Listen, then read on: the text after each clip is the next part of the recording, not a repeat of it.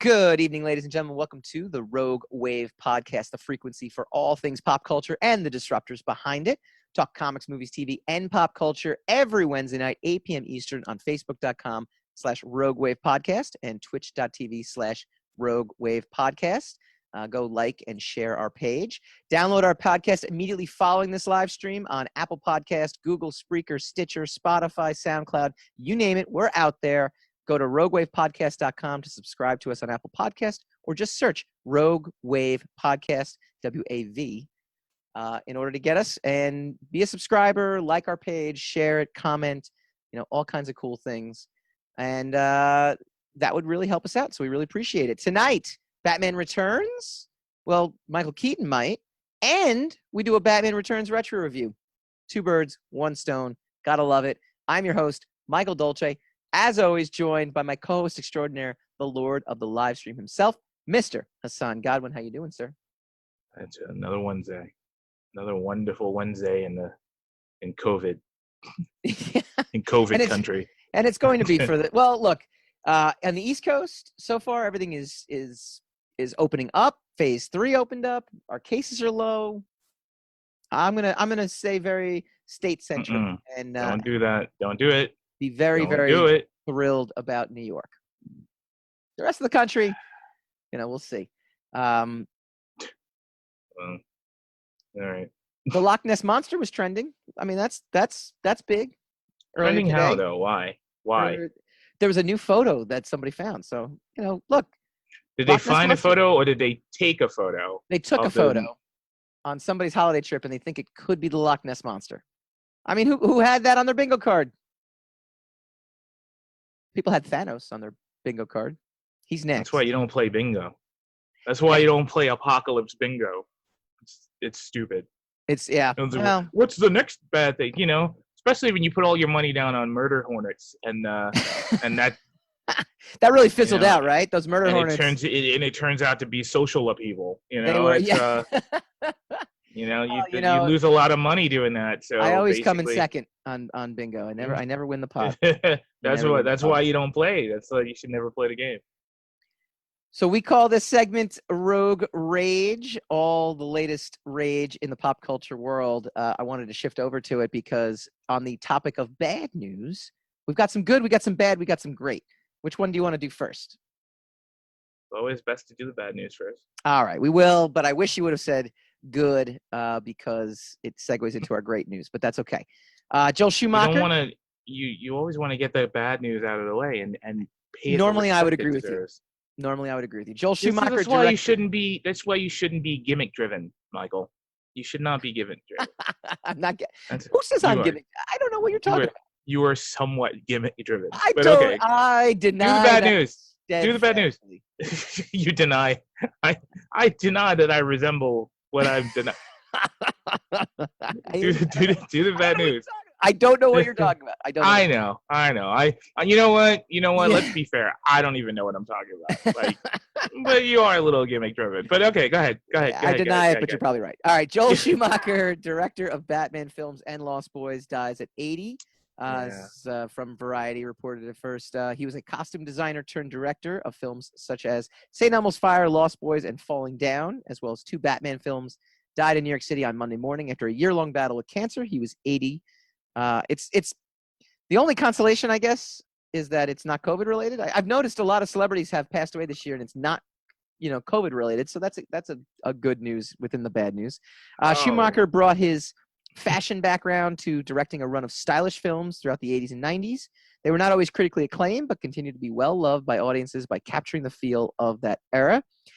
Most notably for us, he was handed the reins of Batman when Tim Burton exited Warner Brothers' Cape Crusaders series. More on that later. After 2 enormously successful films, the first movie by Schumacher, Batman Forever, starring Val Kilmer, Tommy Lee Jones, Jim Carrey, and Nicole Kidman, grossed more than $300 worldwide. The second was with George Clooney and is the forgettable, and Arnold Schwarzenegger is the very forgettable and almost killed the entire comic book movie industry, 1997's Batman and Robin. Yeah. Say what you will, and I will say a lot in our Batman Returns retro review in defense of Batman Forever after rewatching Batman Returns. Batman Forever made a lot of money. and it was at the height of the Jim Carrey movie era, I would say, and had a lot of contributions in terms of fans of the Adam West 1960s show having something up on screen that resembles that. I do not believe it was Schumacher's. You know, like a lot of people blame Schumacher for it. I think there's a lot of extenuating circumstances and contributing factors to the state of that movie in particular. Because Batman Forever was pretty good. I mean, it was a passable experience, right? And Batman and Robin, it wasn't really. So now there's a guy named Jordan Burrell. He's a filmmaker. Yeah. And he used to be on It Came From the Radio, the other show that I was on many years ago. You were on another show. Yes, I was. I get around. I do many shows. I'm doing a show right now. You're really out and about. You're I'm not out anywhere. Moving and shaking, buddy. People everybody uses me because they know I'm home. But anyway, not for long, baby. Phase 3. Yeah. You weren't frequenting indoor restaurants before COVID. So no. When they have a vaccine that they can give you at the door of the restaurant, then you'll see the Lord of the Radio wandering around again. Yeah. But right now but anyway, so we had his ongoing thing about the Dark Knight. Yeah. I did not like The Dark Knight. He thought it was one of the greatest movies ever. I did not like it. I thought it was just a terrible Batman movie. I thought it was a good movie, a terrible Batman. I've said it on this show many times. And it was kind of a rivalry.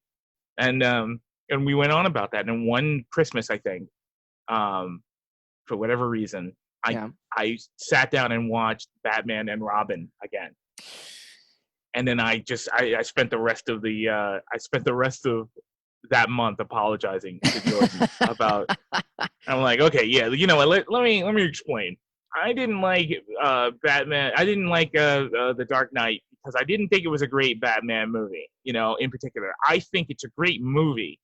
I just think it's kind of like the same argument that you have about Indiana Jones and Raiders of the Lost Ark. Sure. Where the Batman's almost completely ineffective in the entire film, and he doesn't save the woman he loves. He doesn't save the commissioner. He doesn't save, he's ineffective in the entire film. And I didn't appreciate it. I kind of like my Batman, solving problems. And, it's the same thing with Man of Steel. For some reason, the DCEU had this, well, not Batman, Nolan's Batman wasn't in the DCEU.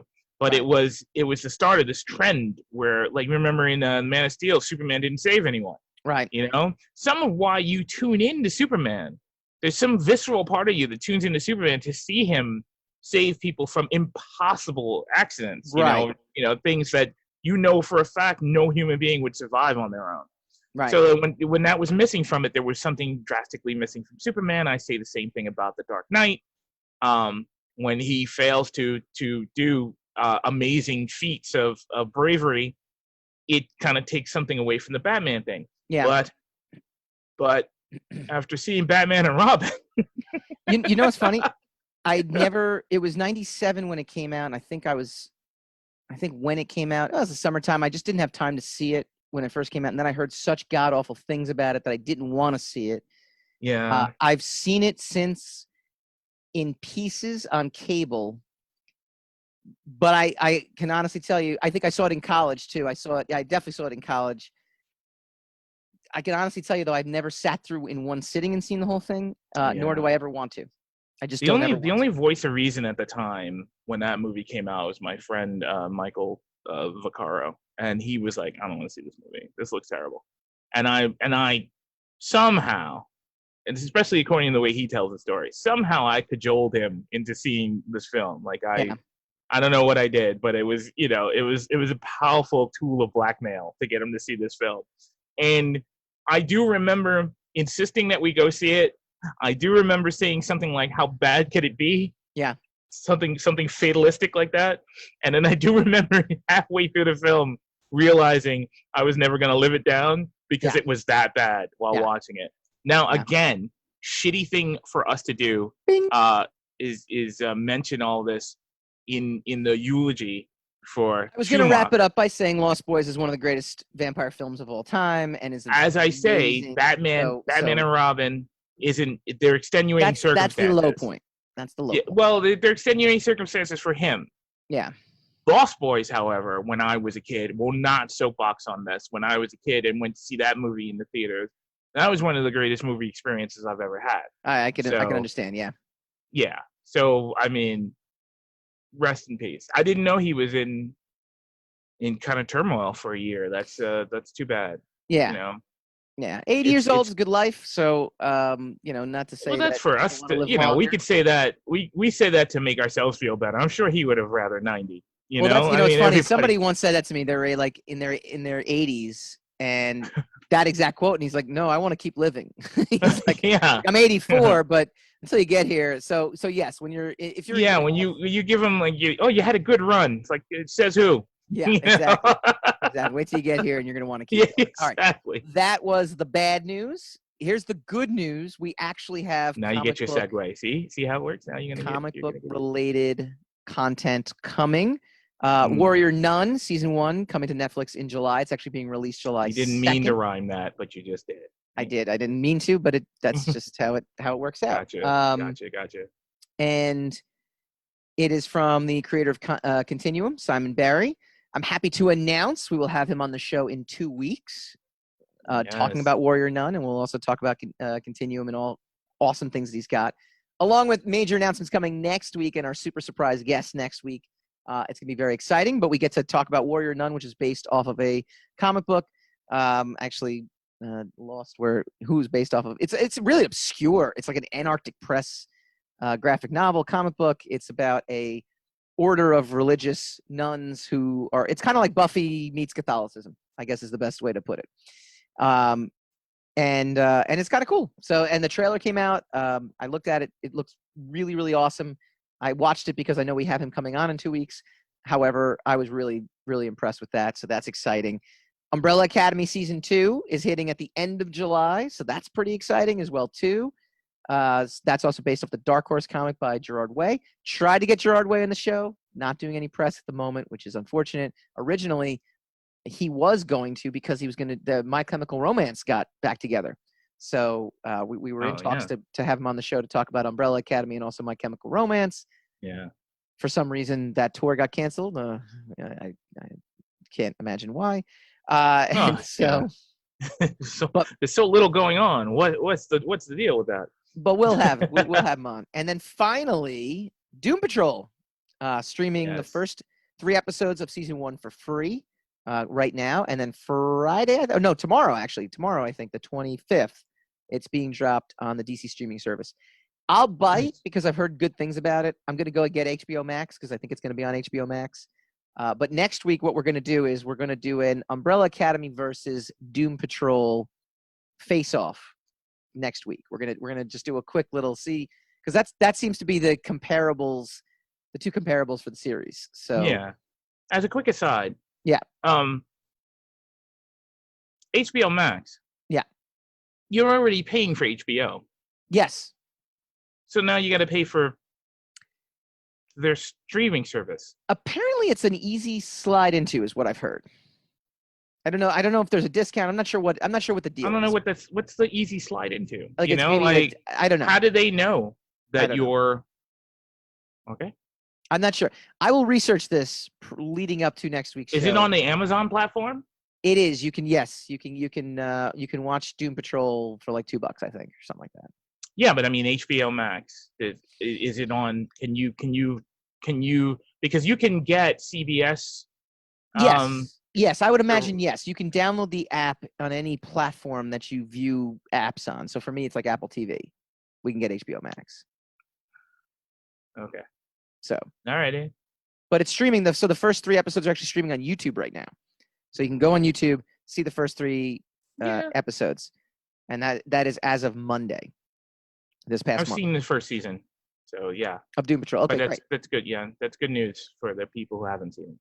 Yeah, no. So I'm gonna check that out. Normally we don't necessarily dive too deep into the streaming world just because we just don't. But yay, content! So that was the good news. We got content. We got some comic book related content to talk about. Very excited. The last bit of news, this is the great news. The Dark Knight Returns. Michael Keaton may play Batman on the big screen again. He is reportedly in talks to reprise his role in the long-simmering Flash film. The Wrap reports that Keaton would play an elder Batman in the Flashpoint timeline created when the Flash travels back in time to stop his mother's murder.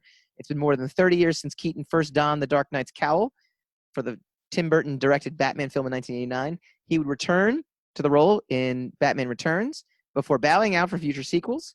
Kind of ironic. He's experienced a career resurgence in recent years after starring in Birdman, which is, well, again, kind of ironic. And then he ended up joining Spider-Man universe as Vulture. So, and he's teased to reprise that role in the upcoming Venom sequel. So back in the day, Keaton, because the general consensus, and this is, again, a great lesson for any Gen Zers or millennials that we may be listening to our show or streaming our show. What was once the perceived notion 30 years ago of the way things are changes over time. 30 years ago, you didn't want to do a superhero film because you would then be typecast and never get a serious role. Now it's almost a rite of passage that you take on some sort of superhero role. It's like a coveted spot now to be in a Marvel film. It's kind of a good way to be remembered forever. It is. It is iconic, and it's just so funny because he didn't want to do the sequel to Batman originally, and he held out for more money before doing Batman. Before finally being like, okay, for the bigger paycheck, I'll do Batman Returns. Yeah. And then that's it. And then he used Burton's exit as an excuse to get himself out of it, I think. Right. And ironically, right, Birdman, and then, which obviously is not a superhero film necessarily, but it's as close to it. And now he's jumping back into the superhero genre. Kind of genre. a mock of a superhero. Right. It's like not an allegory, but a metaphor. Yeah, I guess so, or simile. Simile, with not visually, but I mean, that good word. It's sort of a nod to him having played an iconic superhero character. Yeah. Tragically though, for Birdman, that was the only good thing his character had done, Right. And Michael Keaton's done a lot more than just Batman, so yeah, he's not in that kind of danger. But it would be very interesting to see that. Supposedly it's going to be a return to that Batman universe, to the Burton Batman universe. Yeah, will be, I don't know about this multiverse thing. Everybody's embracing it so that they can use it as an excuse to keep hitting us in the head with the nostalgia hammer. And I don't disagree with it. I think but it also serves a purpose, though, right? I mean, having the multiverse allows you. I didn't say it didn't serve a purpose. I just said I'm getting tired of it. Oh, I didn't say. I never said it. I never said it didn't serve a purpose. I just said it's just kind of, it's like, okay, again, we're gonna go back again. Please, just give us something. I would like if they put as much effort into giving us something new as they did. I don't mind nostalgia. I like nostalgia. I like the past. The past is better than the present. Okay, in many ways. But maybe work on making this now be a better past in the future. Mm-hmm. Because what are we gonna look back on in the future if we're always looking back now? What's there gonna be for us to be nostalgic about in the future? There's a great going to be nostalgic about when we were nostalgic. There was a great lyric in the Pearl Jam in the last Pearl Jam record too, where he just talks about the past is the present and the present's the same. On and on. Let me see if I have it right here. There's oh, here it is. Sorry. Yeah. Expecting perfection leaves a lot to ignore. When the past is the present and the future's no more, when every tomorrow is the same as before. I mean, we literally live. I love that lyric because I feel like that is. Did you just hijack my philosophical statement with Pearl Jam lyrics? Yes. Did you just? But I love it because I really do feel that is the state of time. Time has no meaning. There was a great article I read too many months ago about why we feel time is speeding up. And it's because it literally has no basis anymore because of all the content that we're able to absorb as if it's present day. There is no, I mean, when we grew up, the 60s and the 70s were like this far off, and this is my own interpretation, but I'm assuming other people feel this way, felt so long ago and so far away. Because it was an era. I grew up in the 70s. It was an era. Well, you grew up, but you really didn't. You grew up in the 80s and 90s, really. I mean, I would sit there and say, you have memories of the 70s. I'm not saying you don't have memories of the 70s, but I mean, I would think that your true formative years was like late 70s, all of the 80s. Yes, I would not. I think that's a fair statement, right? Yeah, I think I was 8 in 1980. So yeah. Definitely. Right. It's the same thing. Like I was born in the 70s, but it was, I mean, the 80s and 90s, the full decades are when are really my coming of age. And even I'd say, post 86 is when I started, it was right around that like 6, 7, 8-year-old, time frame. So really the 90s even more so than the 80s. Yeah. I mean, look, I miss the 90s. I miss a lot about the 90s. I don't miss that, like my life in the 90s so much as, what we had as entertainment. But we had time-stamped entertainment. Yeah, we had time-stamped entertainment. I mean, it was like, okay, you're listening to 70s music. Oh, you're listening to 80s music. Like that's weird. You should be listening to today's music. Now there's no such thing. There's just music, right? Music that existed in the 70s is as accessible and as relevant as it was like I said, tools of convenience, right? You do lose something for the convenience, Right. Something is always lost when something becomes easier, because it was harder back then. It was harder to even find out what the hell a song was. If you heard a song and you were like, what song is this? You had to wait for the DJ to say it if he did or didn't, right? Or you had to, or there would be music. I remember. Oh my God! I remember trying so hard to track down a song I heard on a Pepsi commercial in the 80s. Right. It was an actual task. It took weeks and weeks to find out which song that was. And I won't tell you which song. But but it was like it was sort of an ordeal. It was an adventure.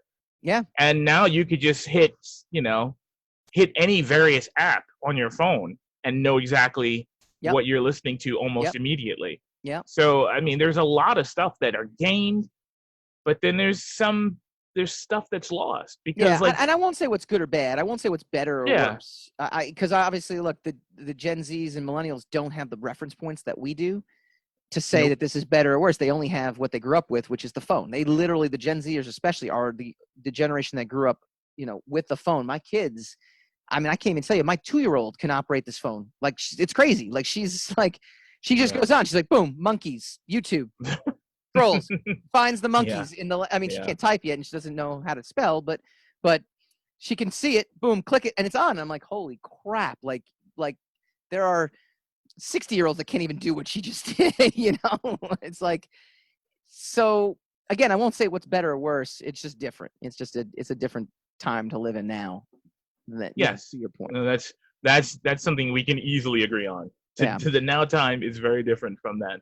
But all I was saying, to bookend it is, it will be interesting to see 10 years from now. Hopefully we'll still be here 10 years from now. But it'll be interesting to see. We'll be mutants, but we'll be here. I mean, yeah, all right, okay. I'll be shooting. It will be interesting to see what we're going to look back on. Because we're looking back so often, and we're falling back on looking back for so many things. Yeah, because I guess of fear, or because of viability of financial viability. Maybe no one's interested in anything new now. No, I don't think that's the case. I think that not to keep going off on this because it is a great topic. I've thought about this. I think that back then you were able to allow things to develop organically within a bubble before it gets exposed to the outside world, and then people can react to it. Like, I mean, I'll use the 90s rock scene and the 90s hip hop scene too, actually. I mean, those were allowed to vegetate for lack of a better word, I know there's a better word for it, to kind of develop at its own pace with trials, with errors, where you could make a mistake and it's not a mistake, it's an experiment, and it's allowed to grow and develop, and then all of a sudden it becomes this thing that everyone else becomes aware of, and it becomes elevated. But nowadays, you're not allowed that time and space to allow things to develop and to develop organically, because you have to have it now. Everything has to be now, and there's too much stuff. There's not enough time for everybody to hear everything. That's so no, yeah. There's something to be said about nowadays. The formula is all people have, because there's no time. There's no, bands used to get signed. Bruce Springsteen put out like 4 albums before he became famous. That's never going to happen again. Now it's literally, you're never going to have the opportunity to do that many. No, you have to not be famous successful before you that get many signed. times. Right, you have to be famous before you have to release something before you can before you'd even get signed. And then there's always the debate of whether that's even good or bad. Filmmakers now, look at the iPhone commercial. You can literally make a film on your iPhone, whereas, look at this crappy production we have. I couldn't do this 5 years ago. Like even that, is a testament to how technology has changed things. All right. Let us know what you think. I think we're all excited about the idea of Michael Keaton returning. However, let's do the time warp thing. Let's do a retro review. When we come back, the last time Keaton was Batman Returns, 1992. One of the weirdest effing movies I've ever rewatched in my entire life. We'll do a retro review when we return.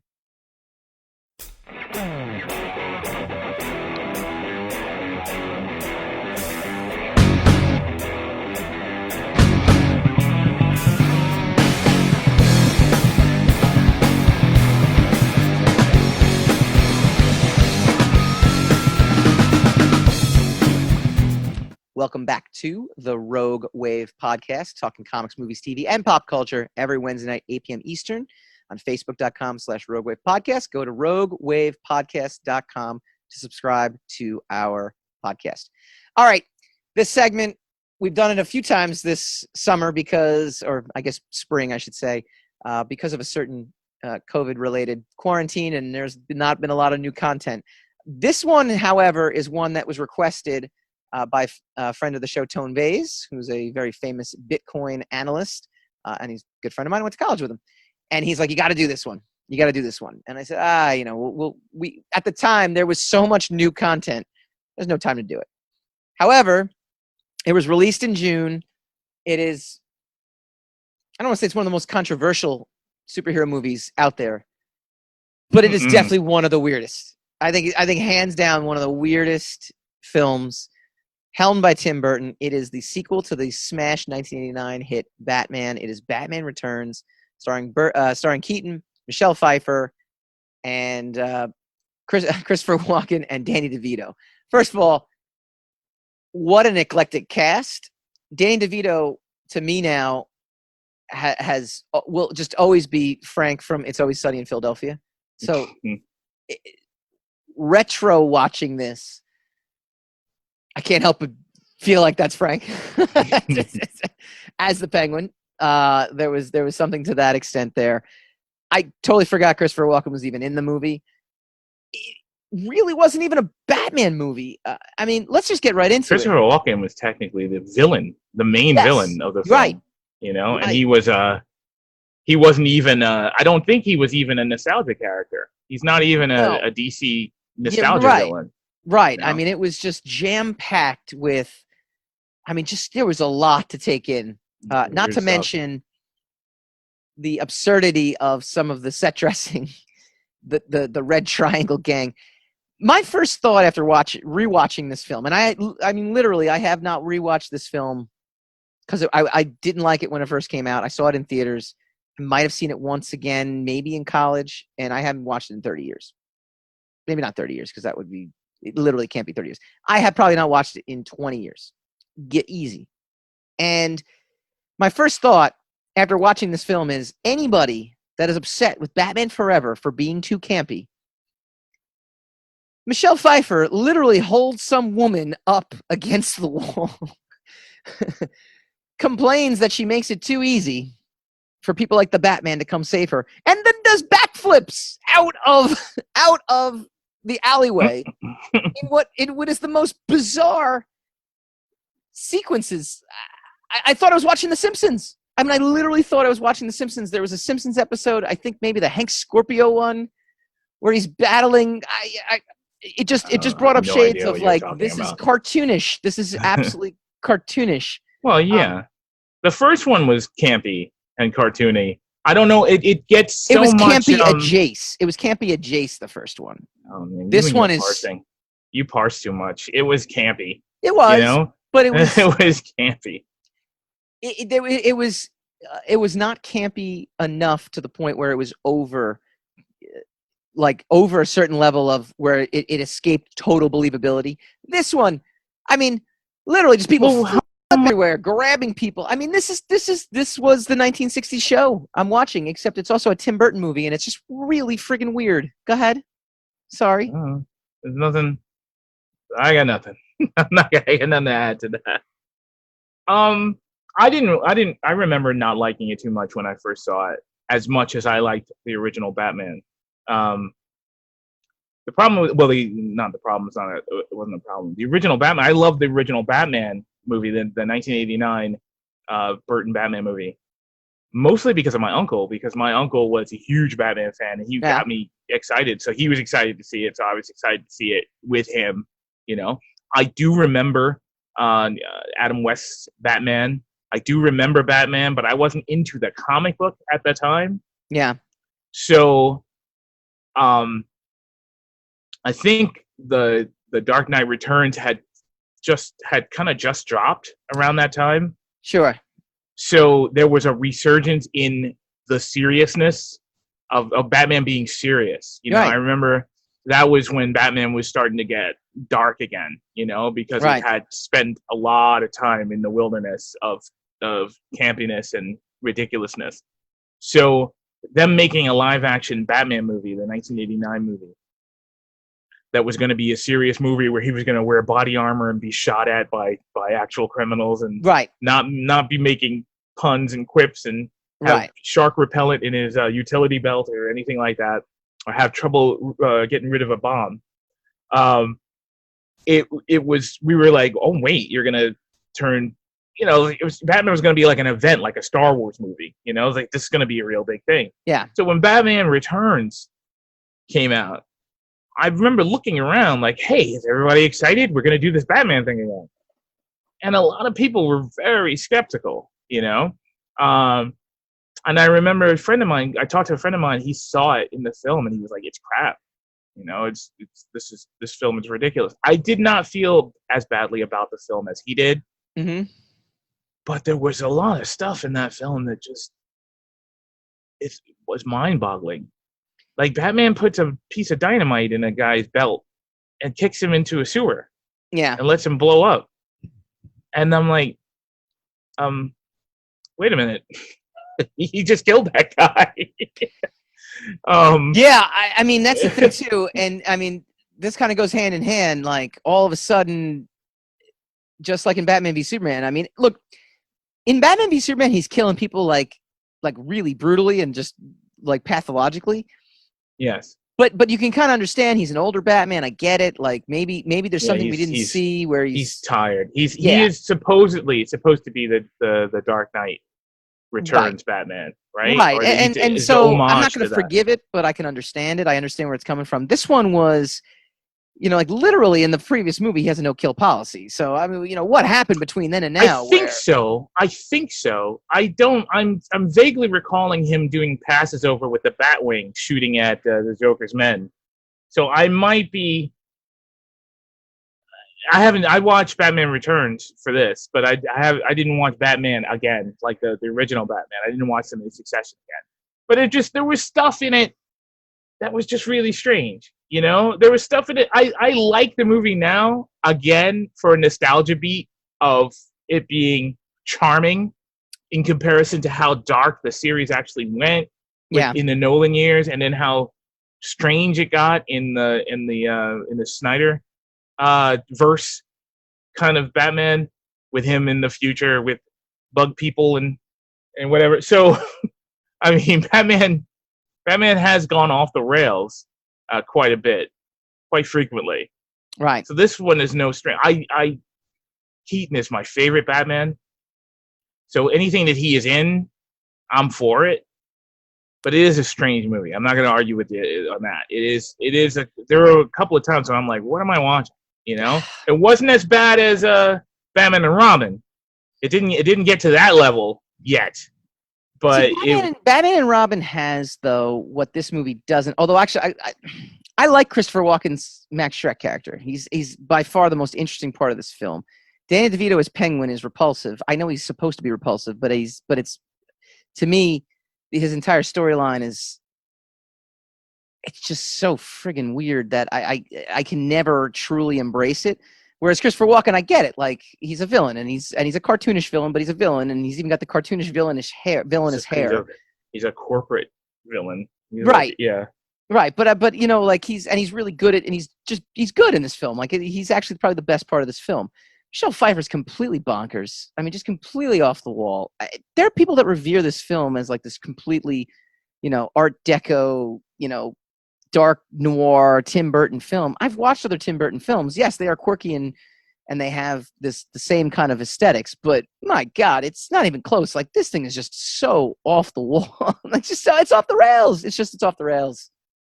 It's off the rails. All right, is that your assessment of the film? Is that your review? Yeah. And Batman's not even really in this movie. Batman is like the side note in this movie. He has no purpose. He does. But then that's the thing. That's the same thing with him in The Dark Knight. You know, there are some movies where it gets so outlandish with the villains, you know, and the schemes of the villains and stuff like that. That Batman himself actually just takes a back seat in his own movie while the film is establishing these other screwed up individuals who end up becoming his mortal enemies. Yeah. I mean, I get Catwoman. I get what they were trying to do with her and how she had a thing to stop Batman because Selena Kyle in real life had to be saved by him, and Catwoman is this expression of you know, the total opposite of who Selena Kyle was and who she fantasized in being. This, you know, obviously she's wearing the bondage gear to be a dominatrix, to say that she can be in control of herself, versus Selena Kyle, the lowly secretary who could never be in control of her own life. I get it, that there is some depth to it, but it's just some of the dialogue. Sometimes you get pushed out a window and become a supervillain. Right. Sometimes that happens. Like, how does that happen? Like, but sometimes, and then you get resurrected by cats, Catwoman. And then sometimes that happens. And it's because I guess she got pushed out of a. She got pushed out of a skyscraper. No, I know. And gets resurrected by cats. I know.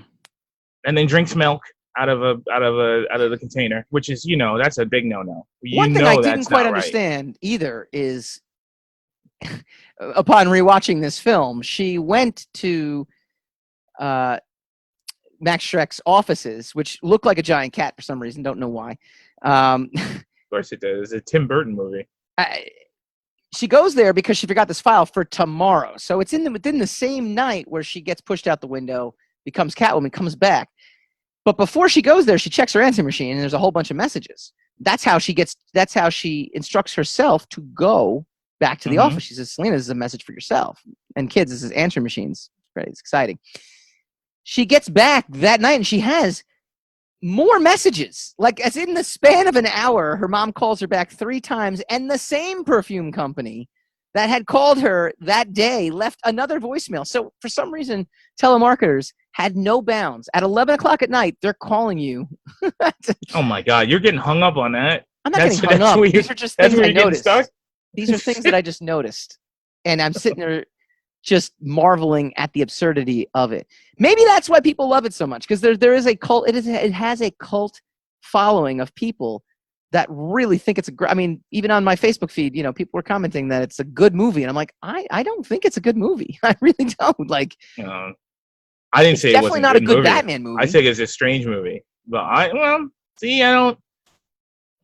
necessarily agree with that. But it's a good Batman movie for that genre of Batman. You know, I mean, he does things in that movie. Yeah, oh yeah, I mean, he did murder someone, but I mean, he also does strapping other bombs things. on people, flamethrower. You know, he used his. I didn't say he was Batman. I didn't say he was a proper Batman, but he was at least a hero in the context of the film that he was in. He did things. He was effective to an extent. Yeah. Yes, we did say he was somewhat sidelined so that they could establish the Penguin and the Catwoman, who had these elaborate, origin stories. Yeah, I mean, it was really something. I mean, really something. So that's your review. That's your final. It was really something. That's your take on it. I think the baffled expression on my face after rewatching this last night is all you need to see. And if you're listening to this on the podcast, I have an incredulous look when even just conjuring up images from this film as to how, in any way, shape, or form, this could be considered even a remotely good film. All right. I like Tim Burton a lot. I do. I love Beetlejuice. I think Beetlejuice is great. Nightmare Before Christmas. That's great. Fantastic. The original Batman. Amazing. Like, Tim Burton, Edward Scissorhands. Yeah, awesome. This one is it's just weird. But hey, don't take my word for it. I actually did some research as well, too. Take that, Steve Ovecki. Where I actually looked on Den of Geek. Well, you remember he came in with the Temple of Doom, and he had all this research, and he wanted. Yeah, he was very prepared for that. Very prepared. Den of Geek did a Batman Returns article and about how it actually came to life. And originally, Batman 2 was going to be written by Sam Hamm. He did get a credit for this film, but it's not his script. And they talk about they go into great detail about this actually too. Apparently, Sam Hamm hinted to Comic Scene that he really wanted to explore how heroic D.A. Harvey Dent, played by the unflappable Billy D. Williams, became the tragically deranged Two-Face. However, Warner Brothers had other ideas based off the popularity of Burgess Meredith's performance in the Batman TV series. They insisted Penguin be the big bad.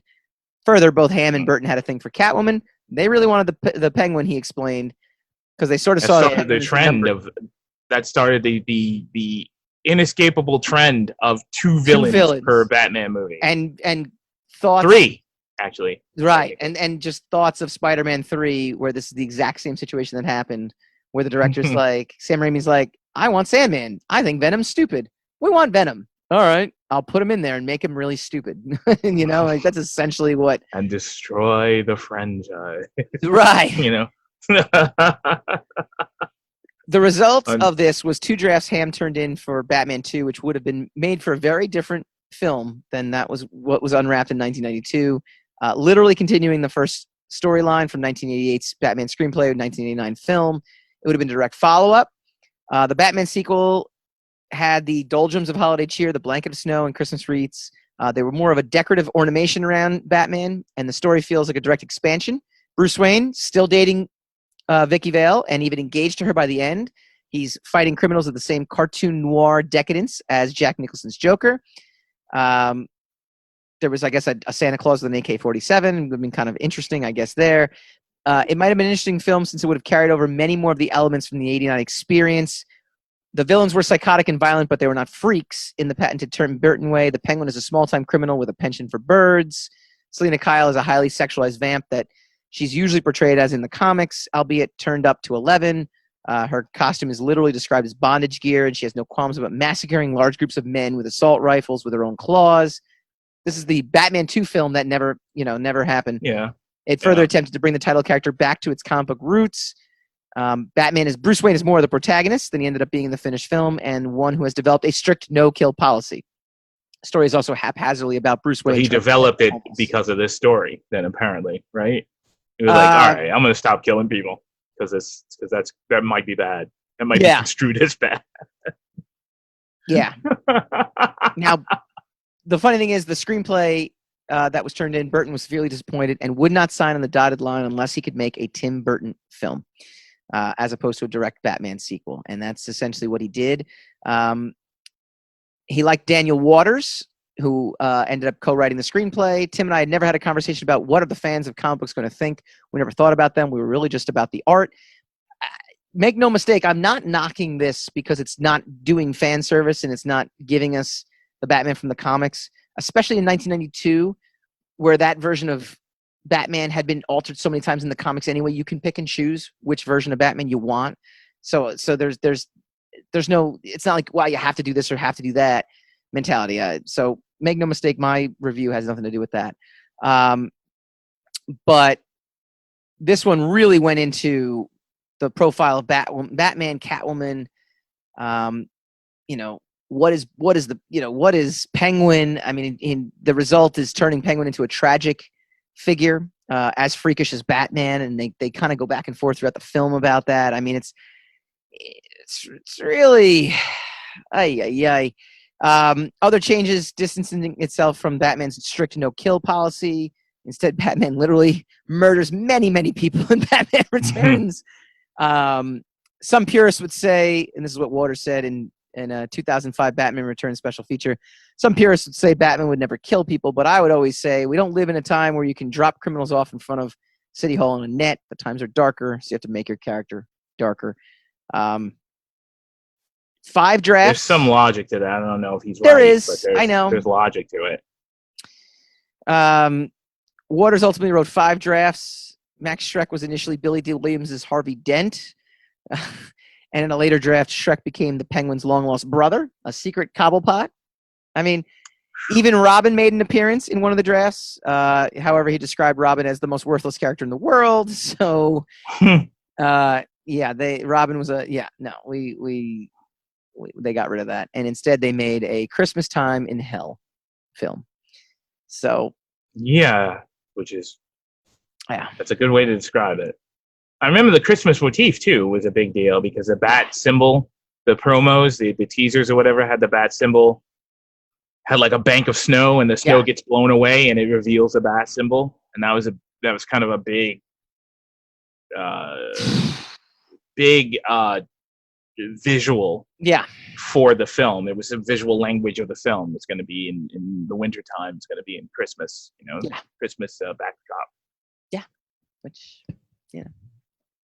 Which was another nostalgia thing, which is another trend at the time, making a lot of these crazy movies seasonal, like Die Hard and Lethal Weapon took place during Christmas. And a lot of those movies around that time, for some reason, they had a big thing about having their movies take place in a backdrop of a tremendous seasonal event.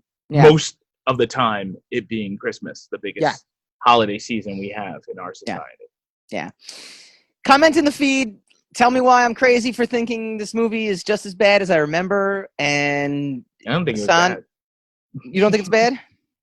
I think it's got its own place. I think it's its own thing. I think it was crazy, but it doesn't necessarily mean I don't necessarily feel it was bad. All right, tell me why you think I'm crazy in the Facebook feed. Tell Dolce why you think he's crazy. This was horrible. That's you all I got. You feel it was horrible. I get you. That's all I got. Yeah. All right, when we come back, we go spinning the racks.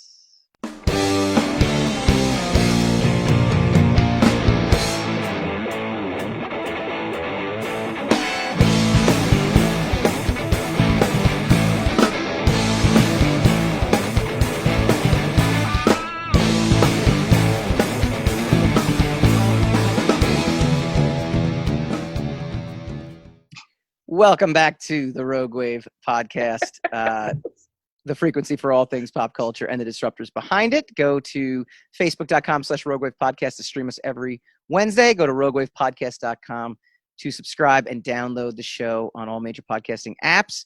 We are big fanboys of comics and graphic novels, and every week we like to bring you the inside info. What's that? 1 second. My lawyer has requested that you stop calling me a disruptor on the air. So... You're not a disruptor. You just said we're the disruptors behind the pop culture. That's you just made you the whole individually. But I'm part of it. I'm part of the disruption. Well, yeah. Fine. I would think so. Spin the racks, man. We call this spinning the racks. Spin the rack, spin that rack. I'm sorry. Bill and Ted Are Doomed in prequel comic. We talked about this. This was actually reported among by Comics Beat. We talked about Bill and Ted Face the Music. The trailer came out, and I referenced a long-lost Evan Dorkin series at Marvel, edited by Fabian Nicieza, by the way. And friend of the show. And it won an Eisner. So what better thing to do than to reunite everyone? So it's never been a better time to be a Bill and Ted fan. Just when you thought the trailer released was the only thing to get you pumped for the Wild Stallions reunion, Dark Horse announced a new official prequel comic, Bill and Ted Are Doomed, featuring the involvement of not only the franchise co-creator Ed Solomon, but also comic creator Evan Dorkin, alongside artist Roger Landridge. Anyone familiar with Dorkin's career know this isn't the first rodeo in the Bill and Ted's franchise.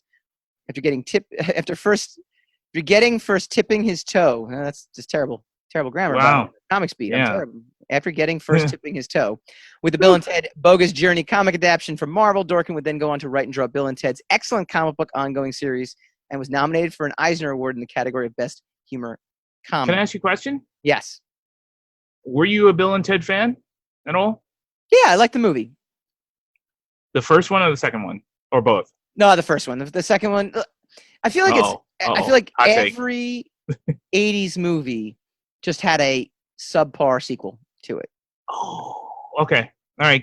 Please continue with your. Right? Like, wouldn't you agree? No, like, I would not agree with you. What's an example of an 80s franchise that had a better sequel? Temple of Doom, you could argue, because we did argue that. But, Temple of Doom, Empire Strikes Back. All right, Empire Strikes Back, yes. Die Hard. Empire Strikes Back was. Die Hard 2 was comparable to the first one. It was not better, but it was comparable.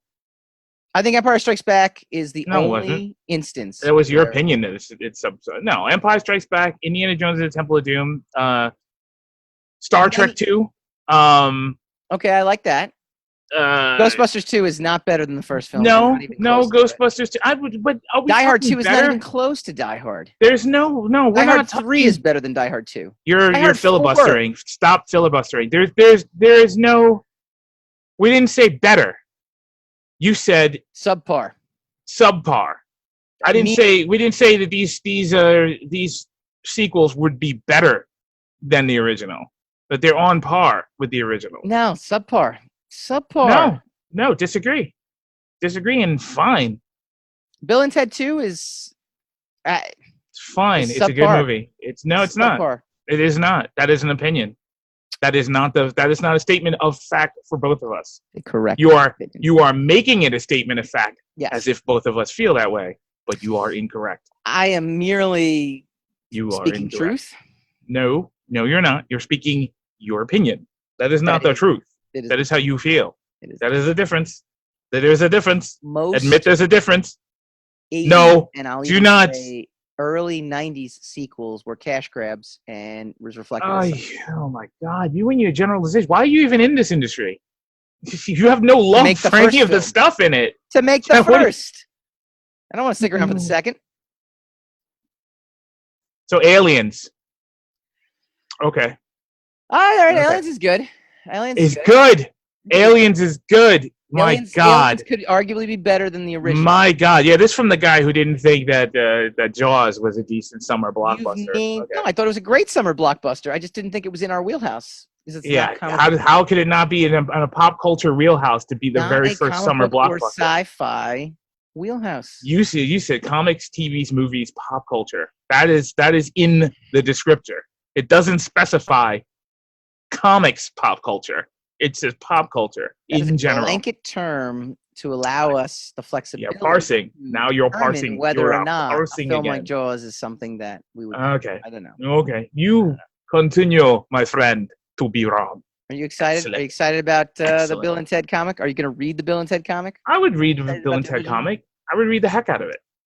And however you can read the heck out of anything, I would read the heck out of it. It's a prequel, I would make sure I was not merely reading, but reading the heck out of it. Yeah. Merrily. All right, next week, Big announcements, surprise guests. We finally get to tell you why we ended up switching the name to Rogue Wave and what Rogue Wave is and all the wonderful rebranding stuff we got. We got a surprise mystery guest. We've got Umbrella Academy versus Doom Patrol. We're going to do a little rundown on those guys. It's going to be awesome. You should be here. Stay tuned. We'll see you next week.